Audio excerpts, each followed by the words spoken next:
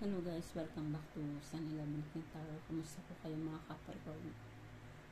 Pasensya na po natagalan na ang pag-upload ko. So, titignan natin kung anong energy ninyo ngayong buwan ng May. So, general reading ito. Pwede mag-resonate, pwede hindi. Kung nalaman ko ano para sa inyo at ang iba hindi ay ibigay po natin sa iba. So, simulan natin mga Capricorn.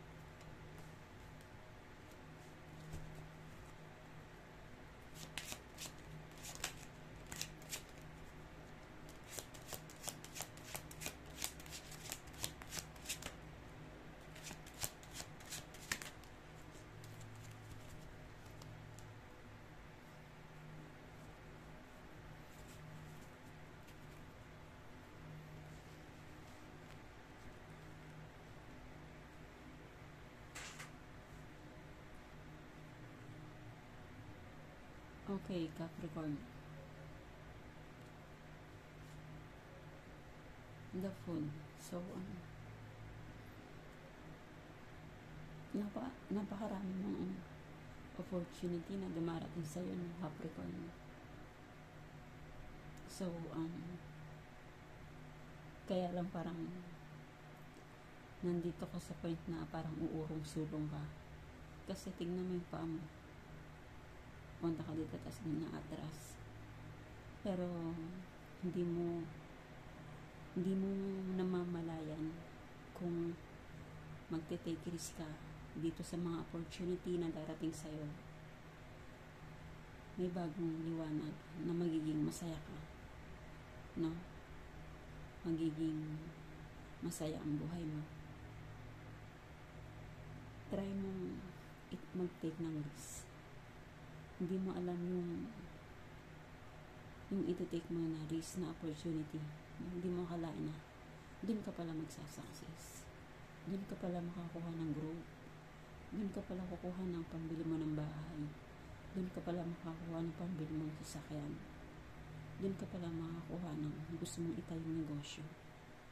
Bakit hindi ka mag-take risk? No, maraming opportunity na dumarating. So, kailangan mo lang mag-take risk, no? At pag-aralan ang mga opportunity na dumarating sa'yo. May success ka dito. Recognition. Makikilala ka. Ang mga ginagawa mo, makikilala yan. Kung nasa influencer ka, kung may mga tawag dito, may mga TikTok page or anuman, reels, makikilala ka. Mamahalin ka ng mga tao dahil dyan sa pagiging pagmamahal mo sa mga tao.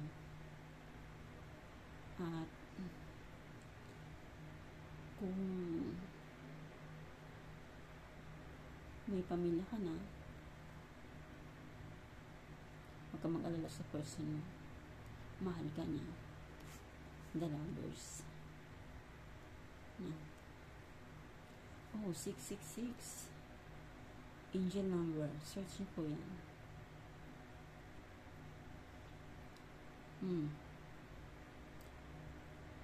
Kaya lang minsan ay pumapasok sa isip niyo na ayun na, ito. Kasi parang aatras ako o dediretso ako. So, may ganun na energy. Minsan natatalo ka ng mindset, natatalo ka ng thinking mo. Para ka nang overthinking. Siguro sinisabi mo na, kaya ko ba to? Yoko na nga. Alam mo mga Capricorn, lahat ng tao may ganyan may yung ganito, baka hindi ko kayanin. Pero why not? Ba't hindi mo subukan? Huwag kang matakot. Subukan mo yung mga opportunity na dumarating sa'yo. Who knows? Diyan ka pala yayaman. Diba? Kasi may recognition talaga dito. Ang dami mong opportunity na dumarating sa'yo. Parang ang sinasantabi mo ang ilan dito eh. Pero ayan na pala.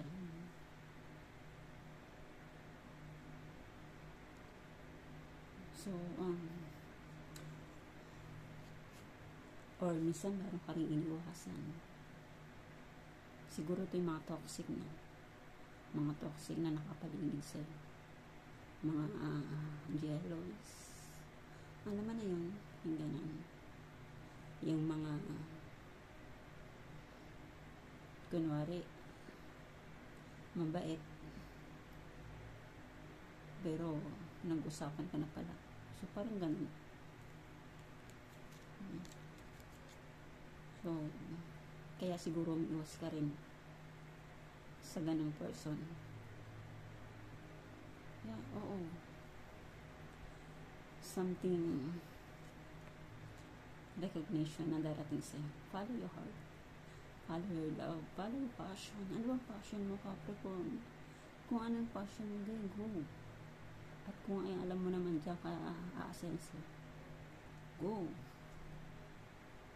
Basta pag-aralan mabuti lahat lakasan ng loob, huwag mag-overthinking, huwag harangan yung mga dumarating na opportunity, huwag mapanghinaan ng loob. So yun po ang message sa inyo mga Capricorn. Congrats, magagawa mo to.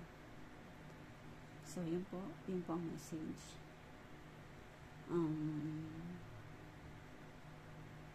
Basta yun lang, huwag kang masyado mag-overthinking. Huwag mong harangan yung mga magagandang plano na iisip mo. Take risk. Hindi mo alam, no? May plano pala si universe sa'yo. So yun po ang message. Thank you and God bless po.